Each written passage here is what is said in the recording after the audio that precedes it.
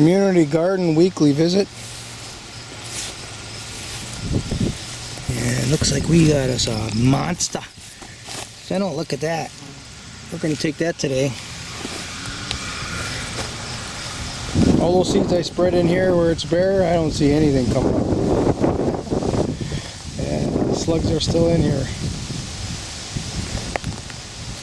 eating those poor little seedlings, or it could be a mouse or a vole. Voles are particularly nasty. I think we got some nice looking beets we can take. Probably carrots.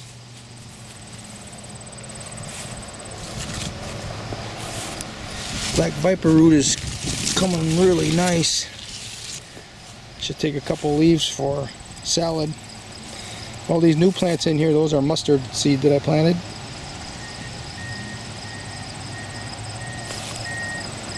I gotta remember to grab some dill because I've got cucumbers spilling out of my refrigerator. I need to make some dill pickles. This pepper looks really nice. It doesn't look all ate up. It doesn't look like it's got any peppers either. Here, you got one that just fell off. Rotted. Look nice and producing well are two different things. They probably need to be stressed out a little bit.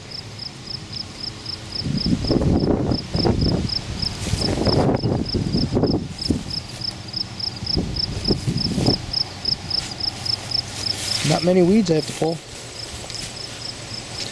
Let's see what we got. So I picked up that cup again that I'm using to leave some ferment water in to scare the voles away, and I got slugs under it. I've got a new weapon here.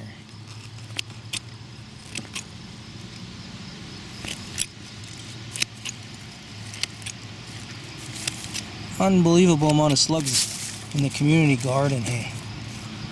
Alright. Thinning out now.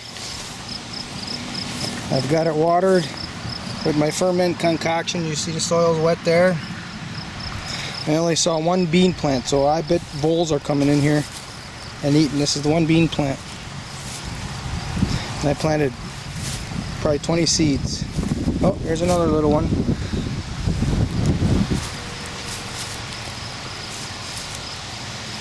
Still lots of beets to harvest. Beets are the primary here right now. Secondary, which is pretty close to primary, carrots. And probably even got 3 or 4 weeks left to come and visit and get some, as long as somebody else doesn't get too hungry. A few more fennels, one a week for, there's 1, 2, 3, 4, 5, 6 of them left in there, so 6 weeks. We got some peppers coming. There's some peppers right there.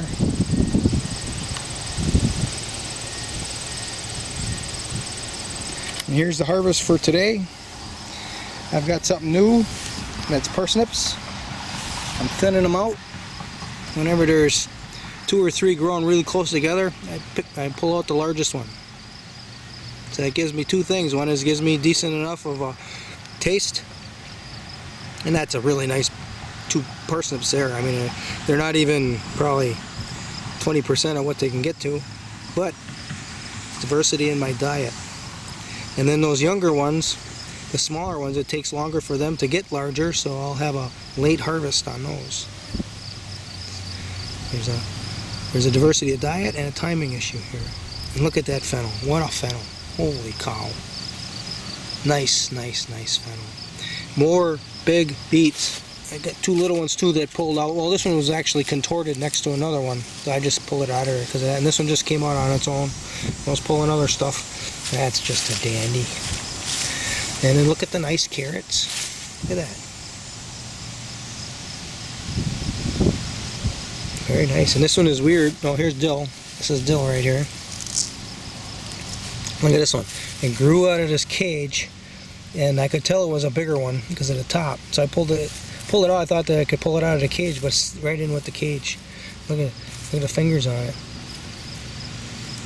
It's telling you there's plenty of nitrogen in here. And I wonder if it was constricted here at the top is the reason why it grew the fingers. There's 4 little carrots and 1 big one. All right, that's it.